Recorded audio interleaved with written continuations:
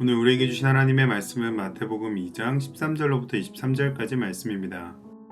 그들이 떠난 후에 주의 사자가 요셉에게 현몽하여 이르되 헤롯이 아기를 찾아 죽이려 하니 일어나 아기와 그의 어머니를 데리고 애굽으로 피하여 내가 내게 이르기까지 거기 있으라 하시니 요셉이 일어나서 밤에 아기와 그의 어머니를 데리고 애굽으로 떠나가 헤롯이 죽기까지 거기 있었으니 이는 주께서 선지자를 통하여 말씀하신 바 애굽으로부터 내 아들을 불렀다 함을 이루려 하심이라.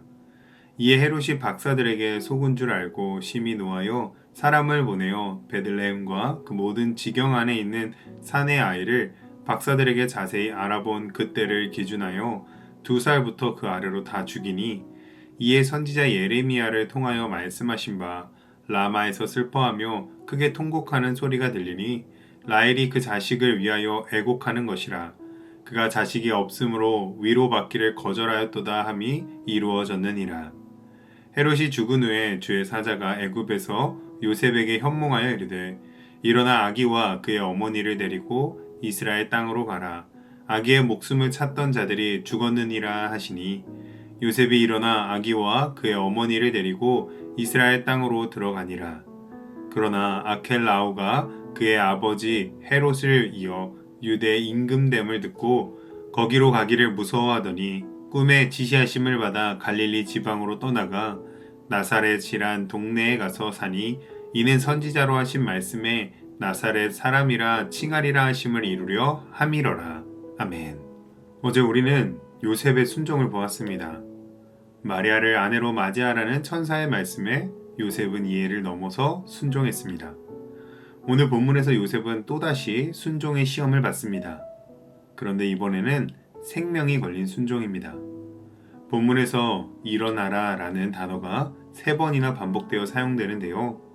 하나님께서는 요셉에게 계속해서 일어나라고 명령하시고 요셉은 매번 순종합니다. 그리고 요셉의 순종은 생명을 살리는 순종이 되었는데요. 오늘 이 말씀을 통하여 하나님께 순종하는 것이 얼마나 중요한지 다시금 깨닫는 이 시간이 되시기를 주님의 이름으로 축복합니다. 하나님께서는 위급한 상황에서 즉시 행동하셨습니다. 하나님께서는 요셉에게 분명히 명령하셨는데요. 헤롯이 아기를 찾아 죽이려 하니 일어나 아기와 그의 어머니를 데리고 애굽으로 피하여 내가 내게 이르기까지 거기 있으라. 이 말씀이 요셉에게 얼마나 큰 믿음의 도전이었을까요? 이제 막 태어난 갓난 아기를 데리고 한밤중에 먼 타국인 애굽까지 피난을 가는 것입니다. 돈도 환경도 문화도 정서도 다른 곳으로 기한도 정해지지 않은 여정을 떠난다는 것이 얼마나 무모한 일처럼 느껴졌을까요? 그런데 14절 요셉이 일어나서 밤에 아기와 그의 어머니를 데리고 애굽으로 떠나가. 요셉은 망설이지도 질문하지도 아내와 의논하지도 않았습니다. 즉시 밤중에 일어나서 하나님의 말씀에 순종했습니다. 15절은 이것이 하나님의 계획임을 보여줍니다. 헤롯이 죽기까지 거기 있었으니 이는 주께서 선지자를 통하여 말씀하신 바 애굽으로부터 내 아들을 불렀다 함을 이루려 하심이라. 이것은 호세아 11장 1절 말씀의 예언이었습니다. 내가 이스라엘을 애굽에서 불렀다는 말씀이 예수님을 통하여 성취되는 것입니다. 이스라엘이 애굽에서 출애굽했듯이 예수님도 애굽에서 나오심으로 참 이스라엘, 새 이스라엘이 되시는 것이죠. 이처럼 하나님께서는 순종하는 일을 통하여 하나님의 놀라운 일을 이루어 가십니다. 그런데 만약 요셉이 순종하지 않았다면 어떤 일이 일어났을까요? 16절 이에 헤롯이 박사들에게 속은 줄 알고 심히 노하여 사람을 보내어 베들레헴과 그 모든 지경 안에 있는 산의 아이를 박사들에게 자세히 알아본 그때를 기준하여 2살부터 그 아래로 다 죽이니. 헤롯은 자신의 권력을 위협하는 것을 절대 용납하지 않는 잔인한 왕이었습니다. 역사가 요세푸스를 따르면 헤롯은 자기 아내와 세 아들까지도 죽였던 사람입니다. 헤롯은 확실하게 하기 위해서 넉넉 잡아 2살 이하의 모든 산의 아이를 죽였습니다. 만약 요셉이 하나님의 말씀에 순종하지 않았다면 어떻게 되었을까요? 예수님도 그 아이들 중에 하나가 되었을지도 모릅니다.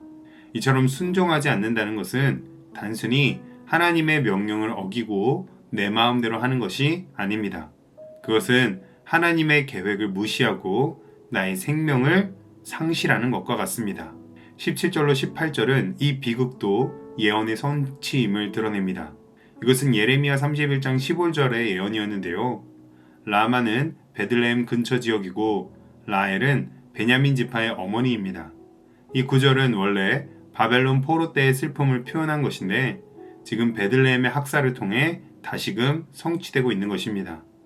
이때 위로받기를 거절하였도다 라는 표현이 나오는데요. 이것은 자녀를 잃은 어머니들의 위로받을 수 없는 슬픔을 드러냅니다. 그리고 이 위로받을 수 없는 슬픔이 불순종의 결과입니다. 이어 19절로 20절을 보면 헤롯이 죽은 후에 다시 천사가 요셉에게 나타납니다. 일어나 아기와 그의 어머니를 데리고 이스라엘 땅으로 가라.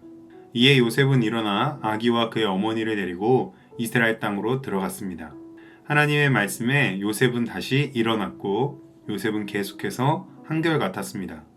애굽으로 가라 할 때 순종했고 이스라엘로 돌아오라 할 때 순종했습니다.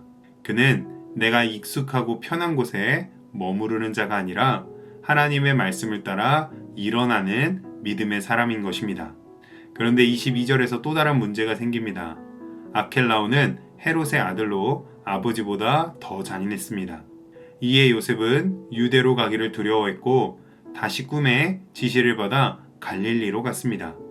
믿음으로 순종하는 이에게 하나님께서는 항상 말씀으로 인도해 주십니다. 요셉 가족이 도착한 나사렛은 작고 보잘것없는 누구도 주목하지 않는 동네였습니다. 이런 요셉의 순종을 보십시오. 그는 베들레헴에서 애굽으로, 애굽에서 이스라엘로, 유대에서 갈릴리로, 그리고 마침내 나사렛에 정착했습니다. 매번 하나님의 인도를 따라간 것입니다. 그 결과가 무슨 일이 일어납니까? 예수님은 안전하게 성장하셨고 때가 되어 인류 구원의 사역을 시작하시게 됩니다. 이처럼 예수님의 어린 시절은 모두 아버지 요셉과 어머니 마리아의 하나님의 말씀에 대한 순종으로 가득 차 있던 것입니다. 오늘 본문은 우리에게 순종해야 살 수 있다는 것을 드러냅니다. 요셉은 3번 일어나라는 명령을 받았고 그 3번의 말씀 앞에 즉시 순종했습니다. 바로 순종은 선택사항이나 취향이 아니라 생명이 걸린 문제인 줄로 믿습니다. 그러므로 오늘 우리 모두는 일어나라라고 말씀하시는 하나님의 음성에 즉시 또 완전히 기쁨으로 순종하여 하나님께서 주시는 영원한 생명을 날마다 풍성히 누리시기를 주님의 이름으로 축복합니다. 기도하겠습니다. 하나님 아버지, 순종이 생명을 살리고 하나님의 뜻을 이룬다는 것을 깨닫게 하시니 감사합니다. 주님, 우리는 종종 하나님의 말씀에 지체하고 머뭇거리곤 합니다. 이해되지 않으면 순종하지 않으려 하고 편할 때만 순종하려 했던 우리를 용서하여 주옵소서. 지금 우리에게 주시는 하나님의 말씀이 있다면 지체하지 않고 순종하는 믿음을 주옵소서. 그 순종이 나의 생명을 살리고 하나님의 계획을 이루는 통로가 되게 하여 주시옵소서. 오늘 하루도 하나님의 음성에 귀를 기울이며 일어나라는 말씀에 즉시 응답하는 삶이 되게 하여 주시옵소서. 예수님의 이름으로 기도합니다. 아멘.